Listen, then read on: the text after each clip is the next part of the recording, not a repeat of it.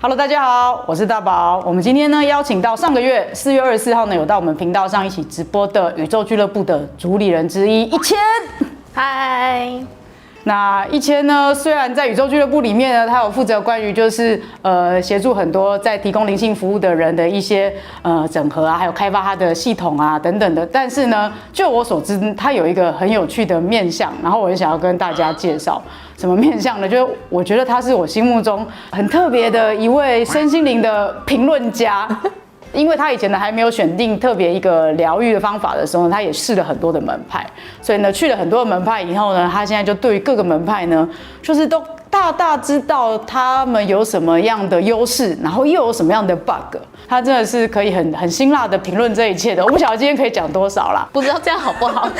好，那我们还是简单让1000跟大家可以介绍一下。28岁的时候，就是没有任何一件事情是顺利的。我爸妈那时候就是开始是更年期，爸妈的更年期对一个孩子来说影响很大。我觉得蛮大的，因为我爸妈更年期之后，然后我妈就开始她生理反应很严重，热潮红，对，热潮红，然后还有2年的时间是她整个把她全部的脸都包起来，就是她只要出门，她只能露出眼睛。天哪，那真的她身体的状况很严重。然后就开始跑公庙，然后她说她后来有一天突然好了，是因为她是在跑公庙的时候，那个就是师傅跟她说你去洗海水，然后她说她洗完之后她就好了。洗海水意思就是去海水浴场泡泡水之类的吗？就是冲脸呐。OK， 对，然后他就好了。可是我不知道，因为他已经2年了，所以我觉得也可能他刚好就要好了。然后因为为了要达到年薪100万这件事情，所以我那时候工作就是非常非常的累。我之前是业务主管，所以就每天都在追业绩这样子。是你之前说过那个英文补习班的业务主管。对。那你的工作不好吗？是因为我们公司不大，所以就差不多到一个职涯的一个顶端，我在设定的目标我已经提前达到了，然后就突然，那好，那我现在要做什么？然后28岁又是一个很重要的节点嘛，如果在这时候我不换或者是什么的，那当时我就很害怕，所以等于是提前达标的一个迷惘。对啊，提前达标超迷惘，然后感情也是啊，那时候也是交往7、8年的感情，面临要分手不分手，或者要不要继续在一起，反正后来那时候我身体也出了状况。怎么样的状况？我开始身体就是起湿疹，看医生该看也看，然后现在是要去看心理医生吗，还是干嘛？但是我当时是没有选择啦，因为我大概18岁的时候我就自己去看心理医师，那时候经验没有很好，所以当时候我虽然崩解，但我并没有选择就是諮商的这条路。对，那没有选择諮商，你其实也没什么路可以选啊。对啊，或是你像你妈妈，就是找那个师兄师傅之类的。对，可是我就觉得他变态。那你妈妈没事？我妈不会有事啊。那时候我们家很崩溃的原因，是因为我妈本身是一个不会开车的人，所以我爸等于他要放下他所有工作，跟我妈全台湾跑庙。对，然后我们家就是灵性开启，就从那时候我觉得所以那时候我开始也走灵性的时候。我妹就是整个人大崩溃，她说：“为什么爸爸妈妈这样，你也这样？为什么大家都要这样？怎么了？我们家怎么了？”她就疯了。所以她很怕你跟你妈一样，到时候也要全台湾跑庙。对，她觉得我走不同派系，但是我好像也在一样的道路上。这样，前年还是去年我们在聊这件事情的时候，她就说：“啊，反正原生家庭课题就是一个共修嘛，她就一起承担啊，都来地球了。”感觉他也从心理咨商派也融合出他自己的一个世界观。对，所以你踏进身心灵，你接触的第一个工具是什么？那时候双生火焰这个词还不是很红，但是就是看到了这个名词，所以我就是循着双生火焰的这个名词，就是一直去找各种疗愈师。但是其实双生火焰疗愈师很少，当时候全亚洲有在做双生火焰疗愈的。就是基本上我都有当面见过，就是我也去了马来西亚，也去了香港啊等等，反正就非常极致的做了大概2年的疗愈。你去接受人家疗愈你这样子？对啊，就是灵气疗愈啊，或者是灵摆啊，或者是就是 SS Bars 啊，我觉得是一种很像是一种地球的游戏，你就可能想象它是，就是你如果打怪的话，它都会有模式嘛，它很像你选择这个场景，然后你进去双生火焰这个场域去修。那我是选什么通灵是吗？是这个意思吗？我不知道其他有什么版本，但我是觉得就是双生火焰它就只是一个剧本而已，就没有什么好一定要选择它走。那我们不如来聊聊，就是各个门派你眼中的优缺点。我先说，就是我后来就没有选择任何一个门派的原因，是因为我觉得没有任何一个门派可以符合就全部的每个人，其实对每个人来说都是一样，因为所有的系统它只要可以帮助你，不要让你被局限住，我觉得它其实都是好的系统，但是真的就是有适用性的问题，这就是我们那天聊到的那个部分。对，就是所有的系统的选择都要视情视性。就是为什么会想要聊这个主题，是因为看到大家都很容易困在某一个系统里面。前阵子很流行的西塔疗愈，我觉得就嘿，怎么说？可以直接这一题我们也很常被问到，因为其实西塔我真的没有接触，所以我也不懂。然后有时候也会有粉丝会来问说，能不能够聊聊西塔疗愈？可是因为我们团队都没有人真的有去接触过，对，所以就一直没有聊。OK， 所以你也接触过西塔疗愈？我接触过西塔疗愈。西塔疗愈它的概念是，就是反正你就是上到上七界。然后下载一个纯净的爱的能量，反正宇宙无条件的爱下来给到这个人。我觉得光是有数字的东西，就是大家就是学完就忘记好吗？就是数字是不重要的，就源头之外有源头吗？你怎么知道上七界的话，上七界，上还有7的2次方、7的3次方、7的4次方、7的7次方。对，因为我个人其实走灵魂整合的话，因为大家还是会需要一个名字，所以我一开始是称作为萨满。其实就是连接大灵嘛，大灵也就是宇宙源头。可是我并没有定义说，就是那个大灵或宇宙源头，它自己本身到底是一个什么样子的能量。对，我觉得它甚至可能是一种职位啊，像一个神位之类的这种概念。对啊，你会应该会随着你需要的会有不同的，这个人个性会改变，或者他的能量状态组成。我觉得它是一个会改变跟变动的东西。可是我在就是西塔的疗愈里面，就是有些人去学的时候，他被困住的时候，我看到很大一个部分是他读到的那个上七界的宇宙源头的那个灵啊的个性。跟他透过我的系统，或者是透过其他系统读到的宇宙源头的个性是不一样的。他去读的时候，他会有读到这个源头的一个个性。对。然后，例如说，透过你帮他读他觉得读到大灵跟读到宇宙源头，因为他都叫万有的话，那他是不是照理来说会一样？可是他说读到的不一样，他就因为很困惑就来问我，这不是很合理吗？就是例如说，我问一个台湾人说，现在台湾的天气怎么样？对，那。住台北跟住屏东的可能就跟我讲不一样啊。可是因为它有一个框架存在，比如说它就是下载能量来帮你清除你这个人类受困的一些信念、价值不够勇敢的部分啊，自我价值不足的部分啊，类似这样子。然后呢，清除完，解除信念，你的人生就丰盛了。如果你没有丰盛的话，就是因为你信念没清干净。然后我就想说什么意思？然后会有一个测试系统是，就是到底有没有清完。所以有一阵子，就是我有一些学生觉得生而为人，他有很多限制，然后就会越来越痛苦，这样，因为他一直很想要追求到那个被测试为清完的那个程度。我没有办法有钱，就是因为例如说我有一个匮乏的信念，对，然后我这个月清完，下个月又长出来了，又要再清，然后每个月都要清，对，连续清了，我到底要清到何年何月？可是我发现清理这个概念就很匮乏。我也有一阵子就是也问了这个问题，然后宇宙说，因为你太爱花钱啦。你要先学会如何花钱，你才会有钱。对，就是你其实行动就好啦，就是有点像是啊，我一直做存钱计划，但我一直不存钱，类似一样的。我觉得讲系统这件事情，就是为什么我觉得每个系统都会有偏颇，是因为每个系统它其实它都会有不同的功能性。然后其实能量的运作，就是在我的观察里面，我觉得有三个部分，一个是清理，一个是整合，一个是更新。有一些西塔疗愈师他的执行方法，他如果包含这3块的话，就也是可以。我只是单指，就是如果你只是一直不断的清理，这个是不对的。对，它只是都是你怎么运用的部分。或许西塔疗愈师也可以去整合他新的意念跟旧的意念，对，然后干脆整个 update 更新他的软体，对，他去更新他的思维，然后去跳脱就是系统本身他给你的一些。就是框架，我自己的旅程里面，就是我不是前2-3年的时间，就是疯狂疗愈。第1年疯狂疗愈，然后第2年我都在清理疗愈师对我的疗愈，因为每个疗愈师他都会告诉你一些什么。我觉得我好害怕哦，就是早期就是我那时候遇到的一些疗愈师，他就说那是因为你不够敞开，然后就想说我不够敞开，对啦，所以我才来疗愈啊。里面它有一些批判性存在，或者是疗愈师个人的议题，它不是纯净的能量的时候，它其实也会影响你的灵性进程哦。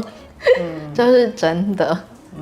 对，它可能就会投射啊，人跟人之间不就是互相投射跟共振的过程吗？那然后你还有学过动物沟通？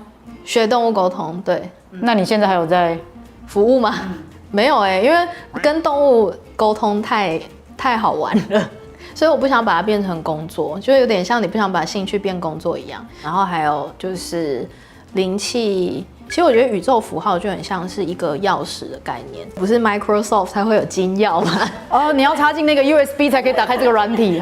灵气的点化是那样的概念。OK， 对，然后所以它点化完了之后，你的身体就会带有那个能量。可是它当然也会，就是有点像是老师把这个放到这里，可是你的软体不更新，那它也是一个旧的版本嘛。对啊，对你不用 Microsoft， 我还在用 Windows 95之类的，还是没有用啊。对，对，所以那灵气也有分好几种，都是你去看那个源头，它到底它对于这个能量品质它的定义，跟它想要提供给你个人你需要的帮助的区别而已。那阿卡西记录你有研究吗？阿卡西记录为什么要这样笑？我觉得我好像对于所有高次元的东西都有意见。你说说看。简单来说就是进入一个能量场域，跟进入一个图书馆的概念。我觉得你的笑后面好像有很多的想法，就像你全台湾有很多图书馆一样啊，你有社区图书馆，你有国家图书馆，你有各种图书馆。但是其实说真的我觉得图书馆跟灵魂记录馆是两件事。灵魂记录馆有点是个人的，比如说你个人也会有，你个人很像是一个储藏室的储藏空间。OK， 对，然后图书馆是图书馆，对。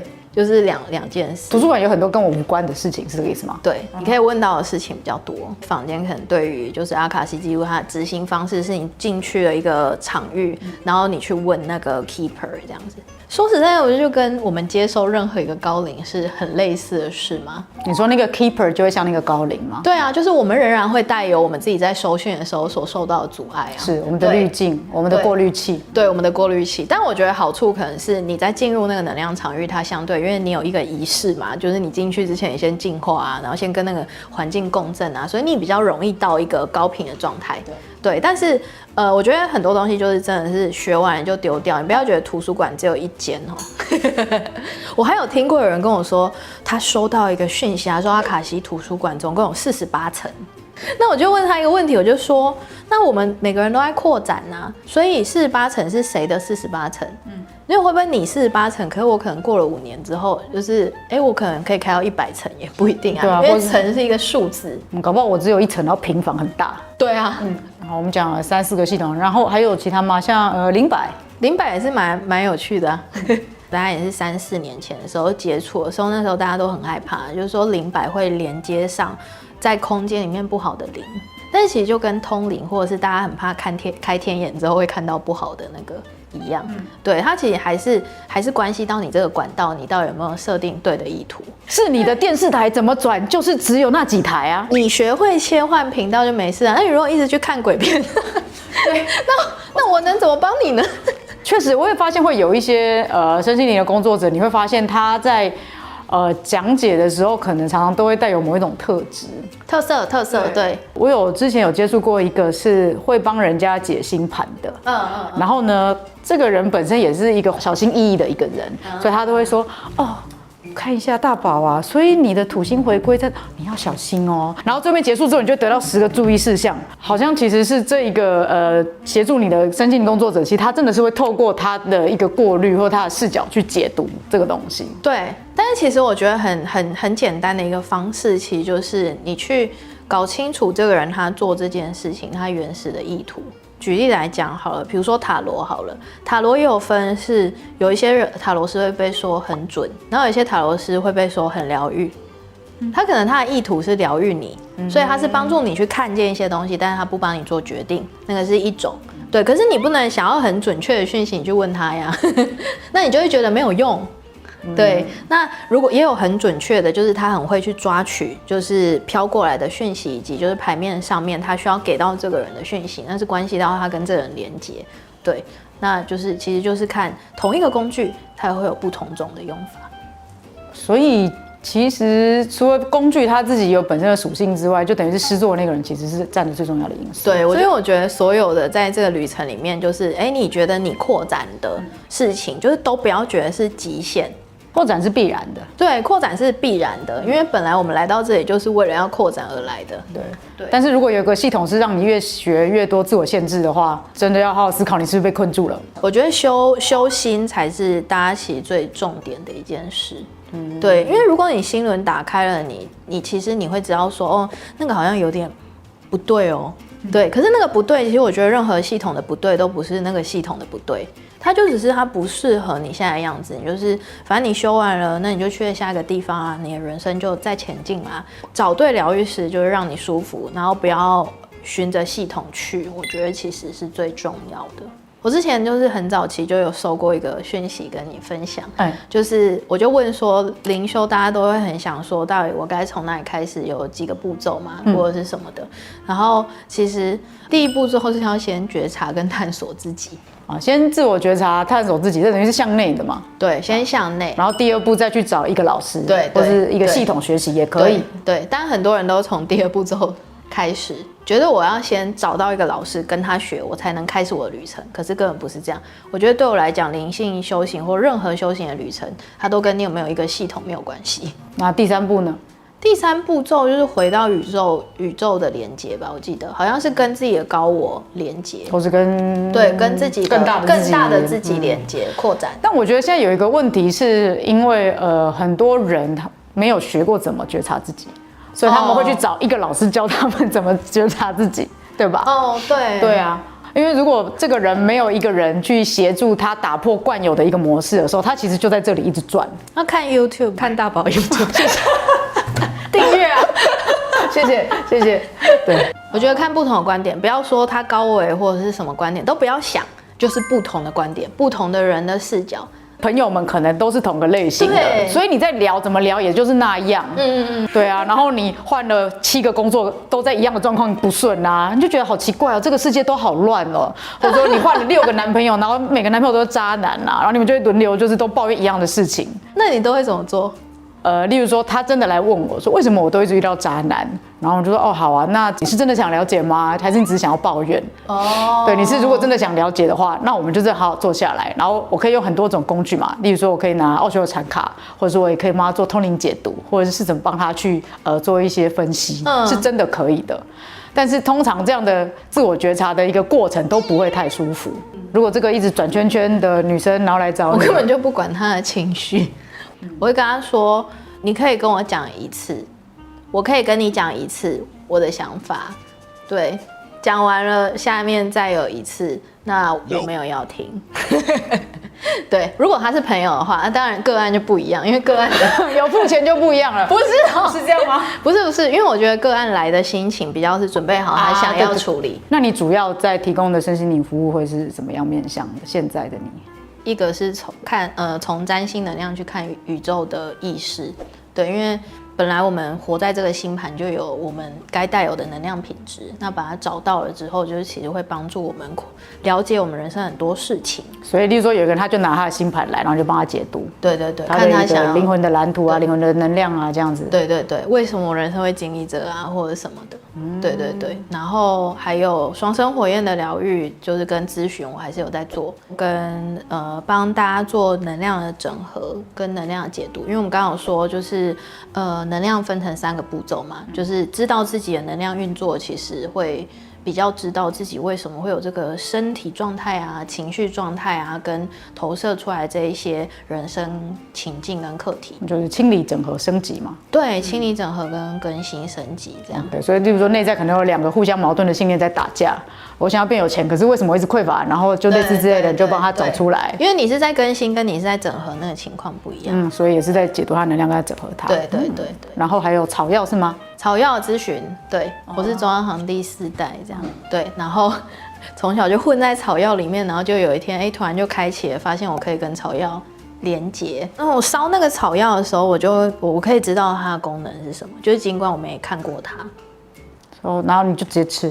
没有，不是，我就会问他说，那这个要怎么使用，怎么搭配，怎么配比这样子。你想要怎么被我吃？对，你想要怎么被我用，然后他就会告诉你。对，这么大方，泡进酒里啊，泡进油里啊，泡进什么？对。所以就是怎么让这个草药去帮助当事人，类似这样。对。OK。对，然后像一个配草药师的概念。对。可以来找我玩，觉得草药很快乐。好，那最后面一点时间，你有没有什么想要跟这个频道的粉丝传递的概念？我觉得不管说今天我怎么样批西塔啊、批阿卡西啊，或者什么，对于其他的系统，还有一些我自己个人的见解，或者任何一个老师对于任何你的人生或者是任何东西的见解，就是它都只能成为那个30%的 reference 而已。对，70%还是你自己搞清楚自己在什么阶段，还有就是想要的是什么，然后勇敢的去走出自己的路径。没有，我觉得没有任何一个人路径是一模一样的。对，所以都没关系，他不灵修也没关系。对，如果灵修让你觉得很拘束，暂时放下也没有关系，不要觉得宇宙会惩罚你，其实不会。所以如果修行让你感觉到很局限或很不快乐，就放下它吧。你去找快乐的事情，它不一定要是修行啦。频率就是频率本身，快乐就是快乐本身，它没有因为你修行了，你就更有智慧，你就会快乐啊？没有啊，有些人有智慧也不一定快乐啊。就是看过太多人困在里面了，其实我觉得一直觉得这件事情就是自由为主。那如果你喜欢1000的话呢，1000提供的服务等等相关的，它的连接在这个影片的资讯栏你可以找到，好不好？那今天就谢谢你来，好哦，拜拜，拜拜。